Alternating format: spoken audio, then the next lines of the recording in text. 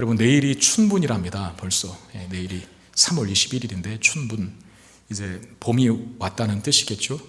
하루에 낮과 길이가 1년 중 똑같은 동일한 날이라 그래서 춘분, 또 이제 겨울이 끝나고 본격적인 봄이 시작되었다라고 하는 그런 절기인데, 여러분, 우리의 신앙에도 봄이 오기를 축원합니다.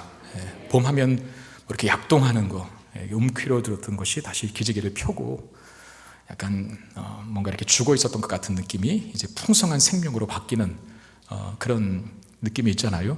그래서 우리의 삶에도 우리의 신앙에도 빨리 코로나가 끝나고 봄에 그 영적인 기운이 활짝 우리 가운데 임하여서 우리의 움츠러들이고 또 침체된 영혼이 있다면 새롭게 풍성한 생명력을 얻게 되는 역사가 있게 되기를 주의 이름으로 축원드립니다. 자, 예수님께서 공생의 사역을 본격적으로 시작하기 전에 우리가 확인한 대로 두 번의 큰 사건이 있었어요. 하나는 세례 요한에게 세례를 받으신 사건이었고, 우리가 봤던 대로 그 다음에 어떻게 됐죠? 성령에게 이끌려서 광야에서 마귀에게 시험을 받으셨죠. 이기셨죠. 승리하셨습니다. 그런 다음에 이제 본격적으로 갈릴리 지역에서 하나님의 사역을 맡기신 사역을 시작하시는 것입니다. 오늘 본문은 예수님께서 자신의 고향인 이 갈릴리 나사렛에서 행하셨던 사역을 기록하고 있습니다. 안식일에 회당에 들어가서 성경을 읽고 말씀을 전하셨다라고 그렇게 기록하고 있는데, 회당이라고 하는 단어가 나왔어요. 그러니까 회당이 뭐냐면 여러분 아시는 대로 기원전, 그러니까 BC 587년에 예루살렘이 멸망합니다. 그러니까 남유다 왕국에 있던 예루살렘이, 특별히 예루살렘 성전이 바벨론 제국에 의해서 다 무너지죠. 그러니까 성전이 무너졌어요. 그리고 침략자들에 의해서 또 고통을 당하니 여기저기 뿔뿔이 유대인들이 흩어집니다. 이곳저곳 세계 각국 도처에 흩어지게 되는데, 예루살렘으로 갈 수도 없고 또 예루살렘 성전도 파괴되고 없으니 하나님 앞에 예배는 드려야 하는데, 그리고 우리의 민족적 정체성을 고수해야 하는데 이거 어떻게 할까 고민하다가 만들어낸 곳이 회당이에요. 회당.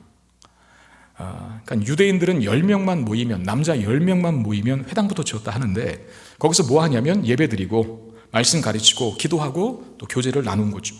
특별히 안식일에 회당에서 예배 드릴 때에 우리처럼 같이 찬양을 함께 막 올려드립니다. 뜨거운 찬양을. 그리고 하나님 말씀을 봉독하고, 그리고 봉독한 그 성경 본문에 대해서 미리 선정된 랍비가 해석을 하는, 우리 식구로 이제 설교를 하는 거죠. 그리고 다 끝나고 기도하고 회당장, 그러니까 회당을 관리하는 최고의 주관자, 회당장이 축도로 예배를 마치는 그런 형태였거든요. 그러니까 지금 우리가 이 교회가, 지금 이 땅의 교회들이 예배드리는 이 형태가 그냥 된 게 아니라 사실은 이 회당에서의 예배 모임을 기초로 했다라고 해도 틀리지 않아요. 그냥 누가 막 고심하고 고안해서 딱 생각해낸 게 아니라 성경 역사, 이스라엘 역사 속에서 예루살렘 성전이 파괴되었을 때 이런 형태로 예배를 드렸다라고 하는 것을 확인하고 우리의 예배 요소를 지금 만든 거거든요. 그러니까 우리가 찬양하거나 기도하거나 또 말씀을 봉독하고 들을 때 그게 예배의 한 요소 한 요소에 다 해당된다니까요. 꼭 설교 말씀 들을 때만 정신 바짝 차리고 있어야 되는 게 아니라 성가대가 찬양할 때도 나의 마음을 담아 찬양 드려야 되고, 대표기도자가 기도할 때도 조는 시간이 아니라, 딴 생각하고 앉아있는 시간이 아니라 나도 함께 그 기도에 마음을 들여 하나님 앞에 올려드리는 기도가 돼야 한다는 거죠. 예배의 요소들이 얼마나 중요한지 한번 다시 되새길 필요가 있다라고 생각을 하고요. 바로 그 안식일의 회당에서 예수님께서 말씀을 봉독하시고 가르치시는데, 예수님께서 봉독하시고 가르치신 말씀은 구약의 이사야서 말씀입니다. 그러니까 회당에서 예배드릴 때 특별히 모세오경, 창세기, 출애굽기, 레위기, 민수기, 신명기 말씀을 많이 봉독했고, 또 선지서라고 해서 이사야서나 에스겔서나 예레미야서 같은 그런 말씀들을 읽고 그 말씀을 해석하고 그 말씀을 설교하는 일들이 있었거든요. 예수님께서 지금 이사야서의 말씀을 이제 읽고 말씀을 전하시는데, 어떤 내용이냐면 17절 19절에 보니까 선지자 이사야의 글을 드리거늘 책을 펴서 이렇게 기록된 데를 찾으시니 그 주의 성령이 내게 임하셨으니 이는 가난한 자에게 복음을 전하게 하시려고 내게 기름 부으시고 나를 보내사 포로된 자에게 자유를, 눈먼 자에게 다시 보게 함을 전파하며 눌린 자를 자유롭게 하고 주의 은혜를 전파하게 하려 하심이라 하였더라 그래요. 이스라엘을 구원할 메시아가 오셔서 하게 될 일에 대한 이사야 선지자의 예언입니다. 메시아가 와서 뭐합니까? 가난한 자에게 복음을 전하는데, 그 가난한 자란 단지 돈이 없어 가난한, 재정적으로 궁핍한 자를 의미하는 게 아니라, 그것도 포함되지만 사회적인 지위가 낮고 소외되고 여러 가지 형편으로 어렵고 힘든 처지에 있는 모든 자들을 총칭하는 표현입니다. 가난한 자, 특별히 포로된 자에게, 눌린 자에게, 그리고 눈먼 자에게. 포로된 자, 눌린 자에게는 자유를 선포하시고 눈먼 자에게는 다시 보게 함을, 그런 구원의 은혜를 선물하는 자, 그가 바로 메시아라는 거죠. 그러니까 여러분, 예수님을 통해서 오는 은혜는 소위 잘 나가는 자에게 임하는 게 아닙니다. 여기 어디 잘 나가는 자가 있어요? 메시아가 와서 잘 나가는 자에게 뭐 자유를 준답니까? 아니잖아요. 눌린 자, 포로된 자, 눈먼 자, 가난한 자, 그게 사실은 메시아가 주는 은혜를 받는 조건 아닌 조건이죠. 눌려있고 포로된 게 어떻게 조건일 수 있습니까? 근데 그런 자에게 임한대요. 유대인들이라고 해도 하나님 앞에 자신이 가난한 자라는 사실을 인식하지 못하면, 다시 말하면 영적인 파산 상태에 있는 자라고 하는 사실을 깨닫지 못하면 은혜 못 받는다는 거죠. 예수님께서 누가복음 18장에 예로 드신 이야기가 하나 있는데, 바리새인과 세리의 기도를 예로 드셨습니다. 바리새인은 기도할 때 그건 기도도 아니라고 생각하는데 자기의 자격을 이야기하지 않습니까? 나는 다른 사람들의 것을 도둑질하지 않았고, 나는 저 바리새인, 아니 저 세리 같지 않습니다. 그리고 나는 일주일에 2번씩 금식하고 11조 꼬박꼬박 냈습니다 라고 그렇게 기도 아닌 기도, 자기의 어떤 자격을, 공로를 자랑하는 소위 썰을 풉니다. 근데 세리는 감히 하늘을 쳐다보지 못하고 가슴을 치며 이렇게 기도하죠. 하나님이여 불쌍히 여기소서, 나는 죄인입니다. 주님께서 누가 더 의롭다고 하셨어요? 누가 의로운 자라고 하셨어요? 바리새인이 아니라 세리죠. 그에게 은혜가 임하기 때문에 그렇다는 거예요. 자기가 영적 파산의 상태에 있는 것을 인정하고 깨닫고 고백하여 나는 하나님의 은혜 없이는 살 수 없습니다 라고 그렇게 가난한 마음으로 서는 자가 은혜를 받는 자이고, 그가 의로운 자가 될 수 있다는 겁니다. 하나님 앞에 나오는 자들은 다 그런 특징을 가지고 있어요. 우리가 다 신앙생활을 그렇게 시작한 것 아닙니까? 우리가 잘 나갈 때 예수님 앞에 나온 게 아닙니다. 여러분, 인간은요 그런 종자가 못 돼요. 자기가 세상에서 승승장구하고 있는데 교회나 다녀볼까? 그런 생각 못 합니다. 자기 잘난 맛에 살죠. 깨져봐야 내가 무력한 존재구나, 내가 여기밖에 안 되는구나, 내가 할 수 없는 일이 있구나 라는 걸 깨달았을 때 예수님 앞에 나옵니다. 우리 자신의 한계를 느끼고 더 이상 내 자신의 힘으로 살아갈 능력이 없게 되었을 때, 세상의 모든 것들을 다 갖고 있는데도 뭐 채우고 또 채우고 또 채웠는데도 불구하고 늘 마음 한구석에 공허함이 늘 밀려오는 거예요. 이 공허함을 도대체 어떻게 해결할 수 있을까? 그럴 때 주님 앞에 나오는 거죠. 그리고 그렇게 신앙생활을 시작한 우리들은 늘 하나님 앞에 그런 가난한 마음으로 살아가게 되는 거죠. 심령이 가난한 자는 복이 있나니 천국이 저희의 것임이라 라고 하셨잖아요.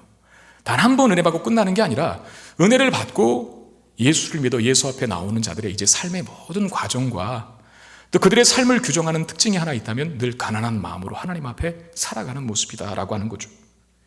예수님께서 이사야서를 낭독하신 후 이렇게 말씀하십니다. 21절에 보니까 이 글이 오늘 너희 귀에 응하였느니라 그랬어요. 이 글이 오늘 너희 귀에 응하였다.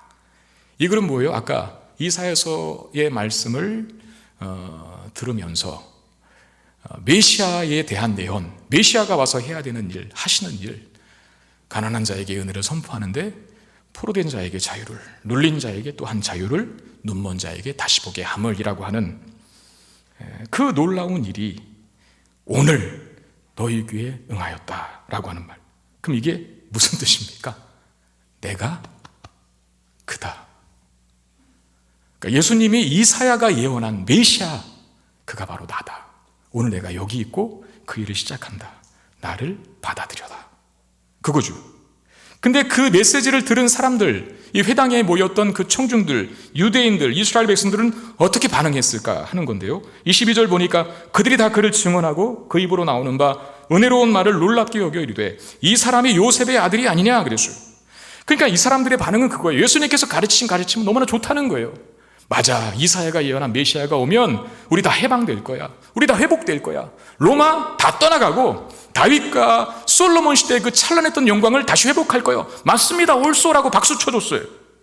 그들은 고개를 끄덕이며 감탄했는데 어디서는 고개를 갸우뚱하냐면 예수님, 내가 바로 그다, 내가 메시아다라고 하는 주장에는 머뭇거립니다. 왜 그랬을까요?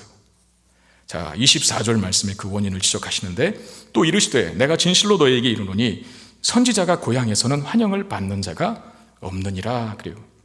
여러분, 지금 예수님께서 복음을 전하신 지역은 예수님의 고향인 갈릴리 나사렛입니다. 물론 예수님은 베들레헴에서, 유대 땅 베들레헴에서 태어나시긴 했지만 어린 시절을 다 나사렛에서 자라오셨죠. 그래 고향이에요. 그래 나사렛 사람들은 예수님이 누군지를 잘 알고 있겠죠. 그 당시에 무슨 지금처럼 바로 아파트 옆집 사는 사람도 모르는 시대가 아니었잖아요.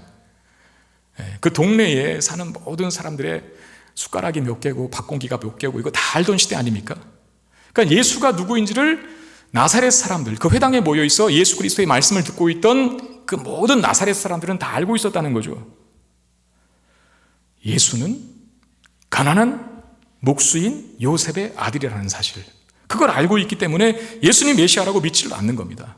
근데 그들이 기대하는 메시아상은 다윗과 같은, 솔로몬과 같은, 겉으로 굉장히 화려해 보이고 어떤 현란한 실력을 갖고 있고 그 배경이 탁월한 사람들 아니었습니까?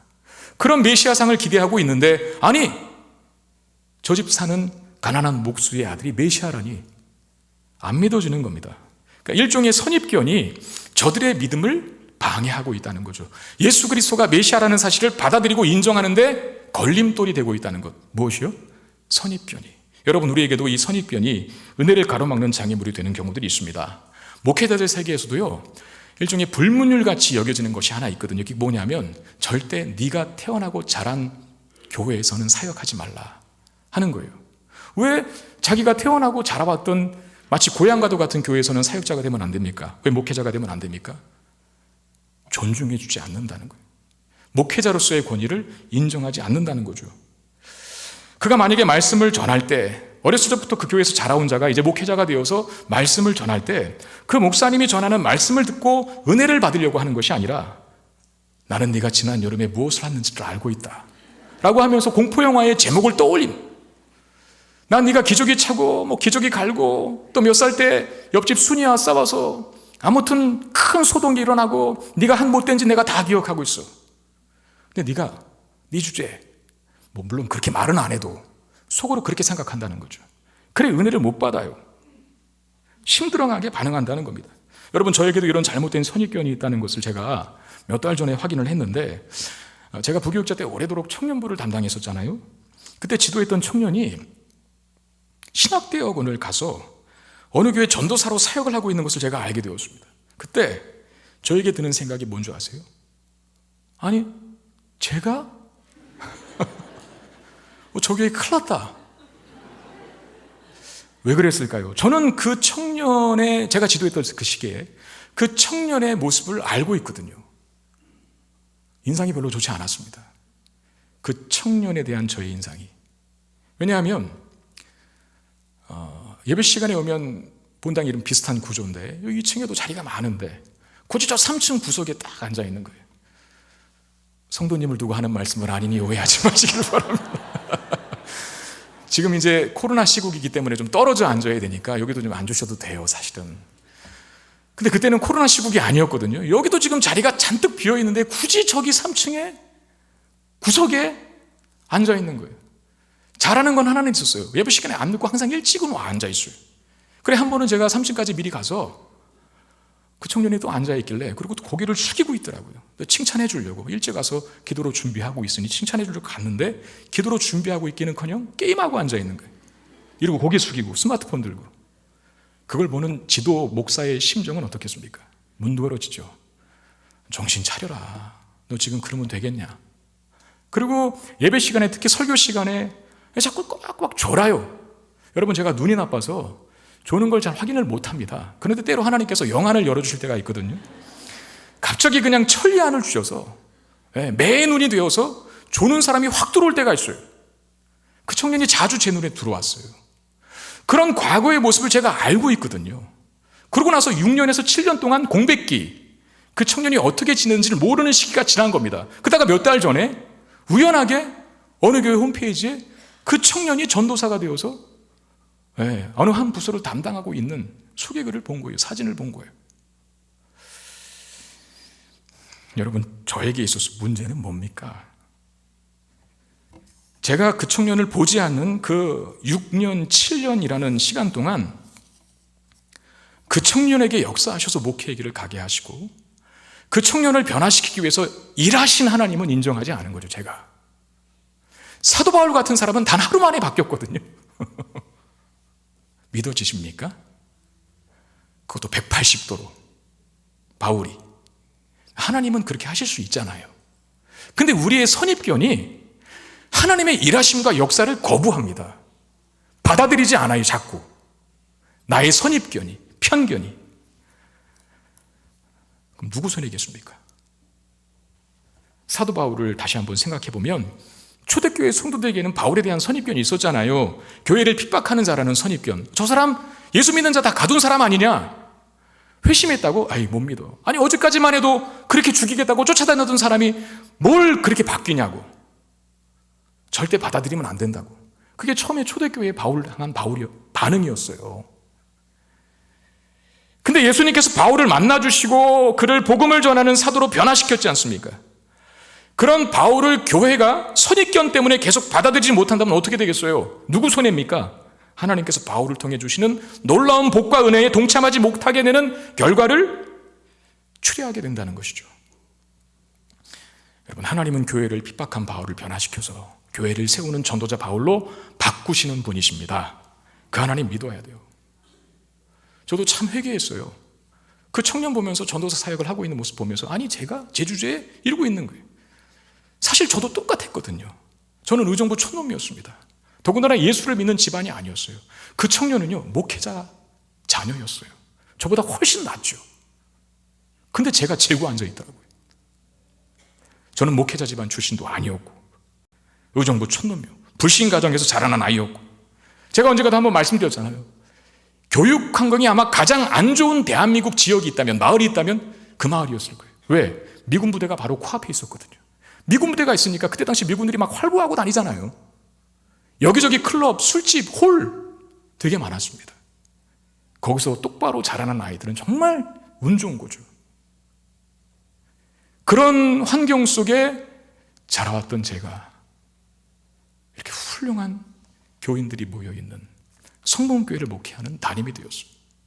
저희 그 중간계를 끊고 어린 시절과 어렸을 적 의정부 지역에서 살았던 저의 모습과 지금의 모습 보는 사람은 저를 잘 안 믿을 것 같아요. 어쩌면 아니, 네가 정말 그렇게 변했다고? 그게 가능해? 이럴 겁니다. 그런데 그 시간 동안 나를 위한 하나님의 일하심이 있었죠. 나를 변화시키기 위한 하나님의 역사가 있었죠. 근데 우리의 일종의 선입견이 그런 하나님의 일하심, 하나님의 역사를 자꾸 제한하게 만든다는 거예요. 여러분 기억하십시오. 핍박자 바울을 전도자 바울로 단 한 번의 시간에, 한 날에 바꾸시는 분이 우리 하나님이십니다. 그런 하나님을 자꾸 내 수준에 가두어두지 말고 하나님은 어떤 형태와 방법으로든 역사할 수 있다는 사실을 믿으시길 바랍니다. 그리고 그 믿음이 더 큰 하나님의 역사를 보게 만드는 통로가 될 거예요. 그러니까 믿음의 눈이 자꾸 커져야죠. 하나님의 일하심과 하나님의 역사를 보는 눈이 자꾸 커져야지 내 수준, 내 선입견, 내 편견으로 자꾸 제한하면 하나님의 역사가 안 보인다니까요. 그런 사람이 어떻게 신앙이 자라날 수 있겠습니까? 하나님의 눈, 하나님이 하시면 된다 라고 하는 믿음의 눈을 가질 때 이 선입견, 편견이라는 문제가 해결될 수 있겠죠. 자신의 고향 사람들에게 냉대를 당하신 예수님께서 오래전 북이스라엘 땅에서 일어난 일이었습니다. 엘리야 때의 일과 엘리사 선지자의 때의 일을 이야기합니다. 엘리야 선지자 시절 때 북이스라엘 땅에 3년 6개월 동안 비가 내리질 않아요. 여러분 3년 6개월 비가 안 내렸다라고 하면은 이건 뭐 말 다 했지 않습니까? 그 땅이 얼마나 황폐하게 되었겠어요. 기근이 들어서 못 먹어서 죽는 사람도 많았을 거고, 뭐 과부가 된 사람이 한둘이었겠습니까? 분명히 이스라엘 땅에도 과부가 많았을 텐데 엘리야가 누구에게 보내지냐면 시돈 땅 사렙다 마을의 한 과부, 그 여인에게 보내집니다. 즉 이방 여인에게 보내진다는 거예요. 이스라엘도 과부가 많은데 이방 땅에 사는 여인에게 엘리야가 보내줘서 그의 생계를 책임져 주죠. 그리고 엘리사 시절에 이스라엘에도 수많은 나병 환자가 있었을 거예요. 그런데 엘리사 시절에 이스라엘에 있는 나병 환자가 고쳐졌다는 기록은 없습니다. 근데 그 중에 누구도 고침받지 못했을 때에 수리아 사람, 아람의 군대 장관이었죠. 나아만이라고 하는 사람이 엘리사를 통해서 치유함을 받습니다. 이 두 가지의 특징이 뭡니까? 이스라엘이 아니라 이방인들에게 하나님의 은혜와 긍휼이 부어졌다라고 하는 거죠. 하나님의 은혜와 긍휼이 이스라엘이 수혜자가 아니라 이방인들이 수혜자였다라는 특징이 있습니다. 시돈의 사렙다 과부, 수리아의 나아만 장군, 다 이방인들이거든요. 이스라엘이 아니라. 이 두 사람의 공통점, 사렙다 과부와 나아만 장군의 공통점은 선지자들을 귀히 여겼고, 그리고 선지자들을 귀히 여기는 만큼 그들이 하는 말에 순종했다는 거예요. 나아만도 처음에는 자존심 세우고 엘리사가 저기 요단강 가서 7번 목욕하고 와, 그러면 나을 거야 라고 했을 때, 아니 우리나라에는 좋은 물이 없어서 똥물 같은 요단강에 빠지라고 그냥 가자 그랬어요. 그랬더니 나아만 장군 곁에서 보좌하는 종이, 아 장군님 뭐 밑줘야 본전 아닙니까? 한번 해보십시오. 그래? 그리고 들어가서 합니다. 순종했다는 거예요. 들었다는 거예요, 그 말을. 그러니 고쳐지지 않습니까? 여러분, 예수님께서 지금 이 비유를 드시는 이 말을, 이스라엘의 과거 오래된 역사를 끄집어내는 이유가 무엇 때문입니까? 이방인들이 이토록 훌륭하다라고 하는 말을 하기 위함이 아니라 이방인들이 순종자라고 선자들을 귀히 여겼다라고 하는 훌륭함, 그들이 가진 훌륭함을 말하는 것이 아니라 유대인들의 광팍함을 지적하는 거예요. 이방인들도 듣는데 너희는 왜 안 듣니? 그거죠. 지금 엘리야와 엘리사 시대의 이 타락한 이스라엘 백성들처럼 갈릴리 나사렛 사람들이 그와 같은 동일한 상태임을 지적하시는 거예요. 문제는 여기서부터 시작됩니다. 이 말씀 듣고 회중들이 분노합니다. 회당에서 안식일에 예배할 때 주님께서 봉독한 말씀을 듣고 난 다음에, 주님께서 설교한 메시지를 들은 다음에 이 나사렛 사람들이 분노하기 시작해요. 28절 29절에 보니까 회당에 있는 자들이 이것들을 듣고 다 크게 화가 나서 일어나 동네 밖으로 쫓아내요. 그 동네가 건설된 산 낭떠러지까지 끌고 가서 밀쳐 떨어뜨리고자 하되 그랬습니다.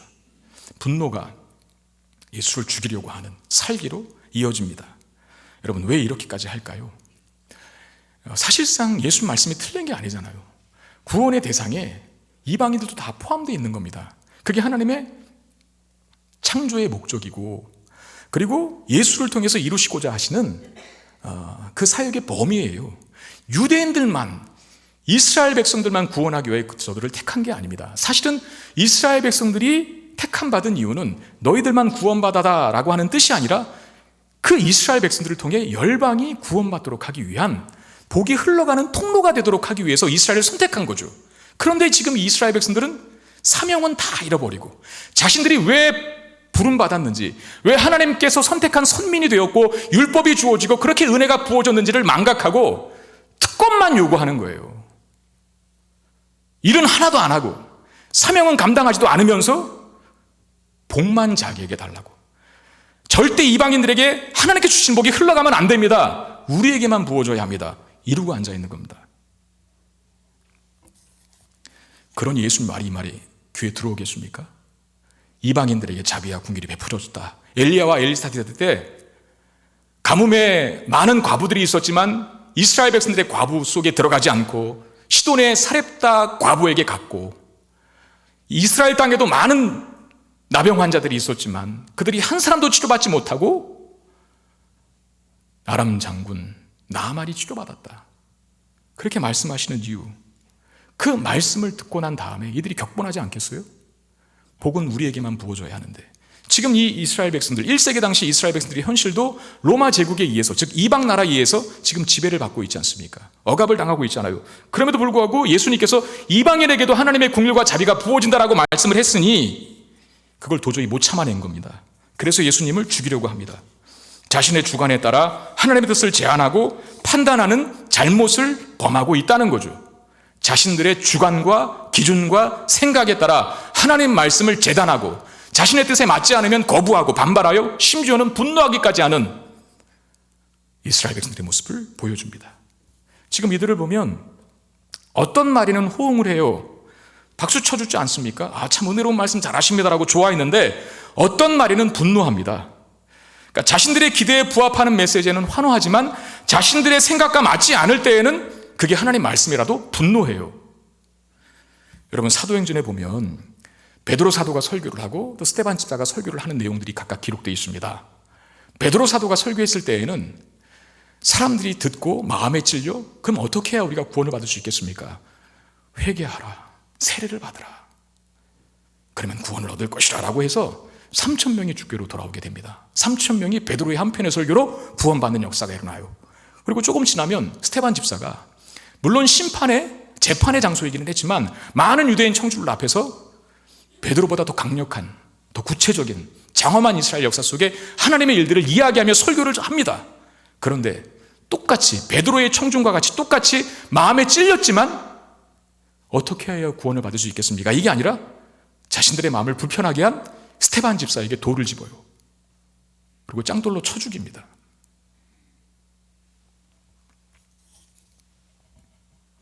설교자가 문제입니까? 설교의 내용에 문제가 있나요? 베드로가 조금 더 사도고 설교를 잘했기 때문에 돌아오고 스데반은 집사고 사도가 아닌 집사고 설교를 좀 못해서 회심하지 않고 분노하여 돌에 맞아 죽었나요? 아닙니다. 베드로가 전한 말씀을 들은 청중들도 마음에 찔렸고 스데반의 설교를 들은 청중들도 마음에 찔렸습니다. 근데 한쪽은 회개로 반응하고 한쪽은 분노로 반응했죠. 누구 책임입니까? 어느 교회 목사님이 설교 시간에 한 이야기인데 그분이 목회하는 교회에 처음 신앙생활하는 분이 등록을 하여 신앙생활을 시작한 거예요. 그런 다음에 이제 어느 정도 이제 신앙이 성숙했겠죠. 그래도 여전히 초신자 아니겠습니까? 근데 이분이 이 교회는 좀 대형 교회이고 큰 교회니까 또 거리도 멀었나 봅니다. 그래 이제 동네 가까운 근처의 교회로 등록하고 다니시기 시작한 거죠. 그러다가 이제 얼마 지나서 그 목사님에게 인사를 하러 왔대요. 그리고 이런저런 얘기를 하는데 목사님, 제가 옮긴 교회 목사님이 얼마나 훌륭하신지 제가 지난주에 설교를 듣고 정말 큰 은혜를 받았습니다 라고 그렇게 간증을 하더래요. 그래 이 목사님이 욕심이 있어서 아니 도대체 어떻게 설교를 했길래 저 새가족과 같은 영혼이 성도가 저렇게 큰 은혜를 받았을까 궁금해서 다 찾아봤더니 그 교회가 작은 교회다 보니까 뭐 유튜브 송출하고 인터넷에 이렇게 올리고 하는 부분들이 잘 안 돼 있어서 못 찾았답니다. 근데 어떻게 해서 그 설교한 메시지 파일을 이제 구해서 듣게 됐대요. 기대 속에 이제 말씀을 듣고 있는데 말씀이 끝난 거예요. 그래 이 목사님이 그런 거죠.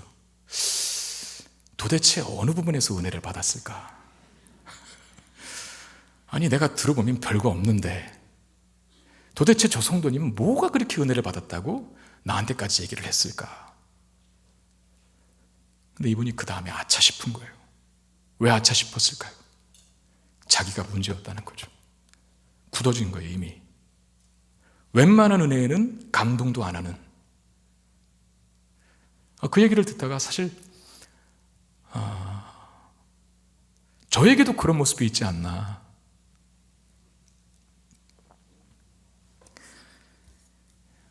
또 이야기하면 길어질까 봐 안 할랍니다. 네. 다 우리 가운데 있는 것 같아요. 그 모습이. 네? 누구의 문제예요 도대체? 설교자의 문제입니까? 설교 내용의 문제입니까? 우리 마음이 굳어졌기 때문은 아닌가요? 워낙 그 깨끗한 백지 같은 심령은 다 잊어버리고 교회 생활도 오래 하고 세상도 오래 살다 보니까 자기 기준과 자기 철학과 자기 사상이 분명한 거예요. 하나님 말씀에 나를 맞춰야 되는데 말씀이 나에게 맞춰주기를 원해요. 이런 무리함이 어디 있어요? 우리가 하나님 말씀에 맞춰줘야죠. 우리가 수정돼야죠. 나에게 좋은 말씀은 받아들이고 나에게 안 좋은 말씀은 분노하고 거부합니다. 심지어 죽이려고 하네요. 여기 보니까 예수님을. 하나님 말씀이 늘 위로와 격려와 축복과 소망의 메시지만 증거되는 건 아니지 않습니까? 위로와 격려와 소망과 축복의 메시지에 반기와 반감을 가질 사람은 없어요. 여기 사람들도 마찬가지. 예수님께서 메시아를 예언하고 그 메시지를 전했을 때는 좋다고 박수 쳐줬어요. 너희들은 참 강팍하다라고 지적했을 때에는, 너희들이 받을 복이 이방인에게 갈 것이다라고 말했을 때에는 분노했습니다. 다시 말하면 하나님의 책망과 지적의 말씀을 잘 들으려고 하지 않아요. 우리는 지적 정말 안 좋아합니다. 지적을 지적이라고 안 하고 뭐라고 합니까? 세 글자. 지적질이라 그러죠. 지적질. 하지 말라는 거예요. 물론 우리가 서로에게 향하여 지적하는 것은 좋지 않은 결과를 낳을 수는 있습니다. 그러나 나를 지적하고 책망하시는 대상이 하나님이라면 얘기는 달라져야 하는 것 아닌가요? 받아들여야죠. 수정해야죠. 하나님이시니까. 내가 지금 낭떠러지로 떨어져 가고 있는데, 지옥불을 향해 걸어가고 있는데 잘 가고 있어. 만사 오케이야. 그게 사꾼이죠. 몸속에 지금 암덩어리가 자라나고 있는데 당신 건강합니다. 마음껏 사세요. 아무거나 다 드셔도 됩니다. 그게 의사입니까?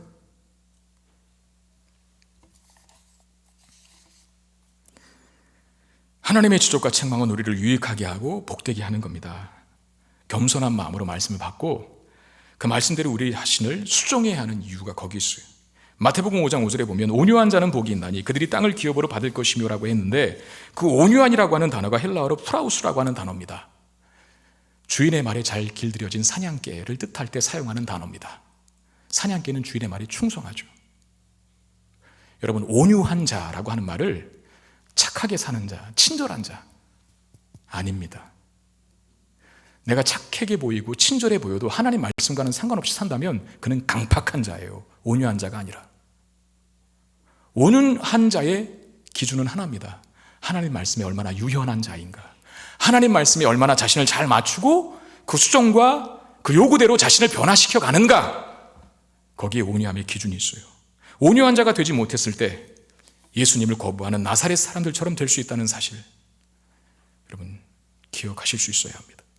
사실 나사렛 사람들에게 얼마나 큰 특권이고 복이에요.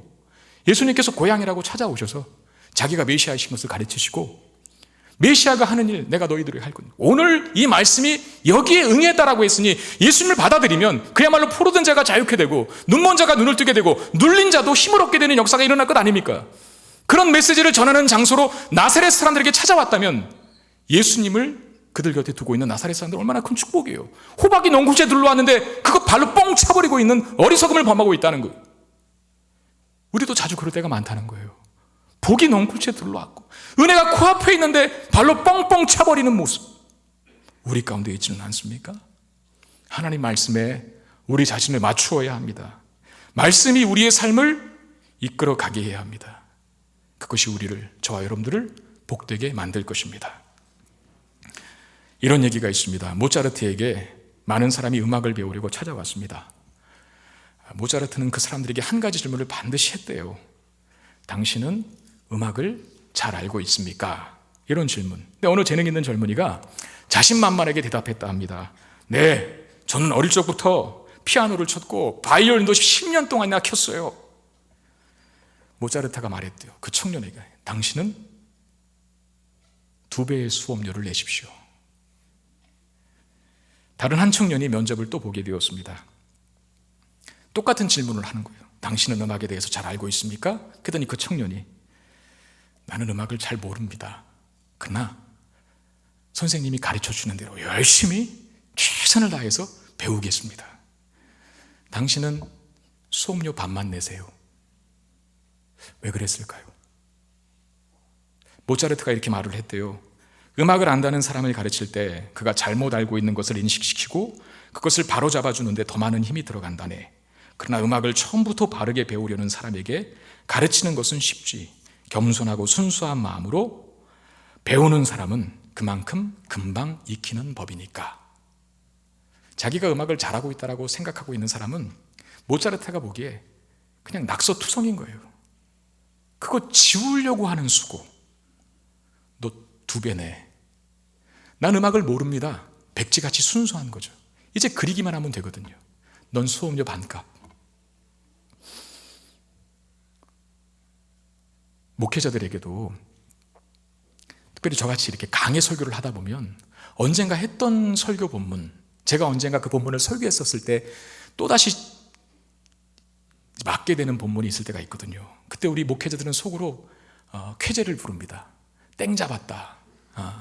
내가 전에 설교 준비했던 본문이니까 이번 주에는 그렇게 뭐 설교 준비하려고 애쓰지 않아도 되겠다라고 하는 생각이 들 때가 있거든요. 그런데 그거 가지고 들고 나갔다간 여지없이 영락없이 죽습니다. 죽는다는 게 아니라 죽을 쓴다고요. 죽을 쓴다고요. 제가 여러 번 경험해서 너무 잘 압니다. 그러니까 내가 과거에 뭐 1년 전, 2년 전에 설교했던 본문이라 하더라도 다시 백지로 도전하셔야 돼요. 백지로. 왜냐하면 그때 또 하나님께서 나에게 새롭게 주시는 은혜가 있는 거거든요. 그 은혜를 걷어차버리면 안 되잖아요.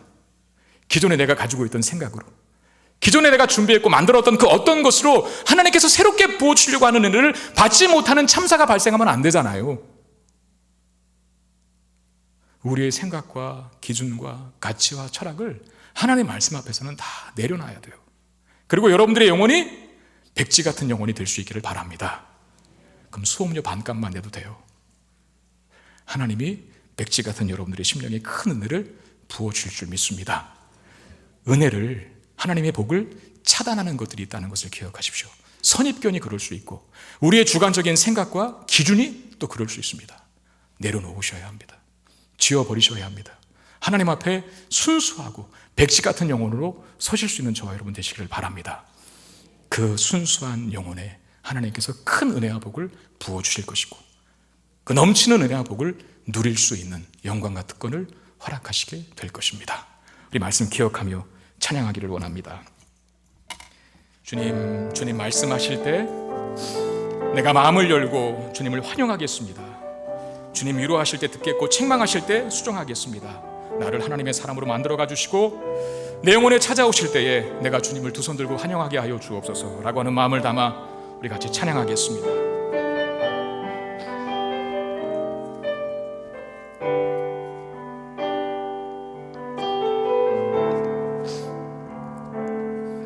수많은 무리를 줄지어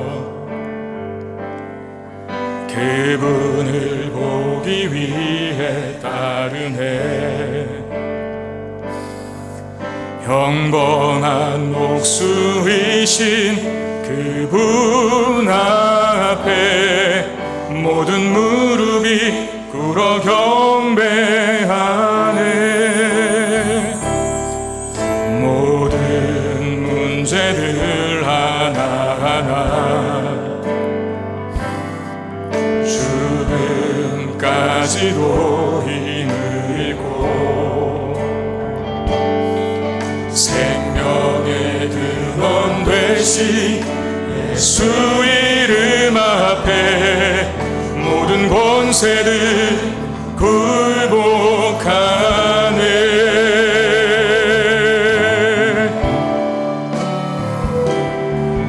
예수 이름 높이세.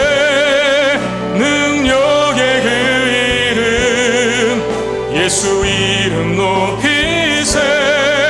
구원의 그 이름 예수 이름을 부르는 자 예수 이름을 믿는 자 예수 이름 앞에 나오는 자 복이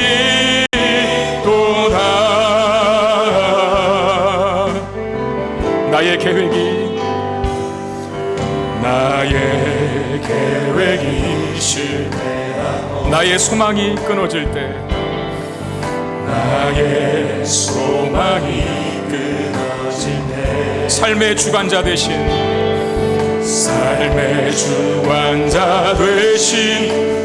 그분 나의 무릎을 꿇어 경배하네.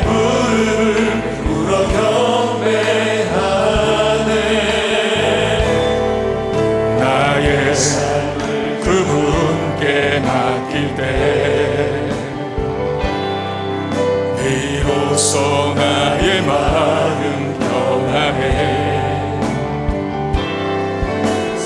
구원의 반석 되신 예수의 이름을 소리 높여 찬송하네.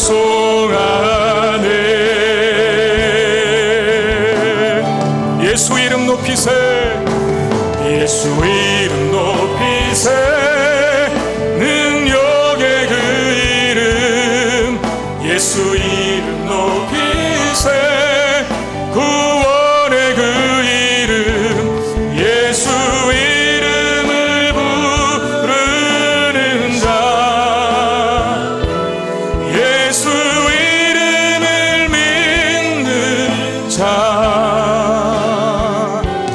예수 이름 앞에 나오는 자 복이 있도다. 예수 이름 높이세. 아멘. 예수 이름 높이세. 능력의 그 이름. 예수 이름 높이세. 구원의 그 이름. 예수 이름을 부르는 자. 예수 이름을 믿는 자. 예수 이름 앞에 나오는 자 복이. 다시 한번 전심으로 찬양합시다. 예수 이름 높이세. 능력의 그 이름. 예수 이름 높이세. 능력의 그 이름. 주님 예수 이름 높이세. 우리가 주님의 그 말씀의 복을. 예수 이름을 부르는 자. 예수 이름을 믿는 자. 예수 이름 앞에 나오는 자 복이 있도다.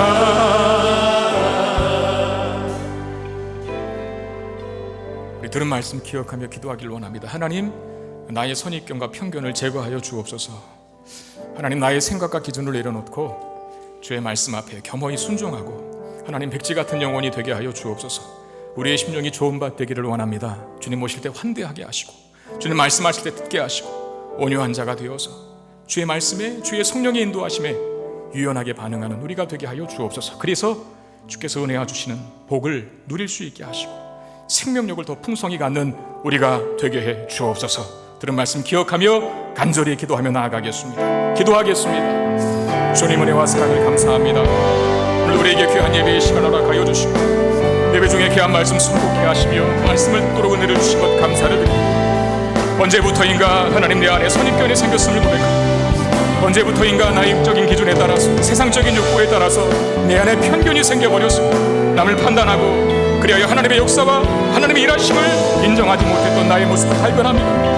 오 하나님, 내 안에 모든 선입견들을, 편견들을, 육력이 기인한 세상의 가치에 기인한 모든 선입견들을 하나님 다 제거하여 주시고 우리 뽑게 하여 주시고 하나님 백지같이 순수한 영혼을 갖게 하여 주옵소서. 언제가 나도 모르게 생겨진 하나님 세상의 기준과 하나님 내 자아의 중심적인 기준에 하나님 말씀을 거부하고 지단했던 모습을 있었음을 고백합니다. 주여 하나님 아버지, 순수한 마음 주시옵소서. 온유한 심령 갖게 하여 주옵소서. 주의 말씀에 유연하게 반응할 수 있도록 인도하여 주시고 때로유라 책망의 말씀에 하나님 반응하게 하시고 우리에게 위로와 복을 주실 때 기쁨으로 받게 하여 주시고 우리를 지적하고 책망하며 우리의 잘못을 하나님 고치라고 말씀하실 때에 아멘, 주님 내가 고치겠습니다, 내가 수종하겠습니다라고 반응하며 순종할 순자들이 될 수 있는 우리가 될 수 있게 하여 주시옵소서.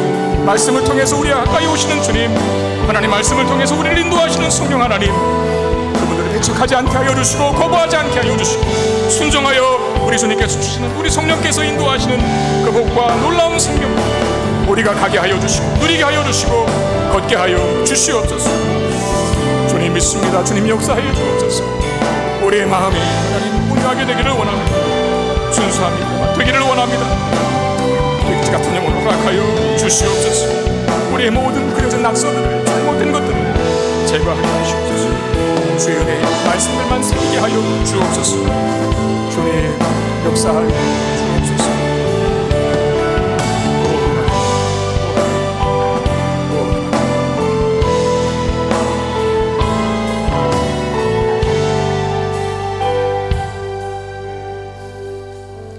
하나님, 언젠가 우리도 모르게 우리 안에 선입견이 생겨버렸습니다. 세상의 기준에 관한 선입견. 하나님, 내 죄악된 욕망과 자아로 인한 기준, 그것이 하나님의 말씀을 배척하고 거부하는 것은 아닌지요? 우리가 처음 주님 만났을 때 그 순수한 마음을, 백지 같은 영혼을 회복하게 되기를 원합니다. 세상의 정신으로, 나의 육적인 자아로 새겨지는 내면의 밭이 아니라 하나님 말씀으로만 새겨지는 밭이 되게 하여 주시고, 그 말씀이 어떤 형태와 어떤 성질로 전해지든, 그게 축복의 말씀이든 격려의 말씀이든 책망의 말씀이든 지적의 말씀이든 그 말씀에 나를 맞추게 하셔서 말씀이 주는 은혜와 복을 풍성하게 누리는 우리 모두가 되게 해 주시옵소서. 성령 하나님의 이끄심에 또한 순종하는 자들이 되기를 원합니다. 내 고집과 내 주관과 내 자아 따라 살아가지 아니하고 성령 하나님께서 말씀으로 이끄시는 것에 순종하여 따를 수 있는 온유한 심령 가진 우리 모두가 되게 해 주시옵소서. 하나님 앞에 예배하며 귀한 예물 드립니다. 한 주간 우리에게 베푸신 은혜 감사하여 모든 것이 다 하나님의 은혜입니다라고 하는 신앙의 고백을 담아 드리는 예물 주님 받아주시고 주의 나라와 영광을 위해서 아름답게 쓰여지게 하시며 또 한 주간을 사랑하는 성도들의 모든 필요를 주님 채워 주시옵소서. 코로나가 창궐하는 가운데 있습니다. 그곳으로 인하여서 어려움 당하고 있는 많은 대한민국 국민들, 그리고 사랑하는 교우들 치유하시고 속히 이 사태가 종식되게 하시고 우리 일상을, 예배를, 그리고 사역과 모임을 회복할 수 있도록 은혜 내려 주시옵소서. 우리 주 예수 그리스도의 이름으로 간절히 축복하며 기도드리옵나이다. 아멘.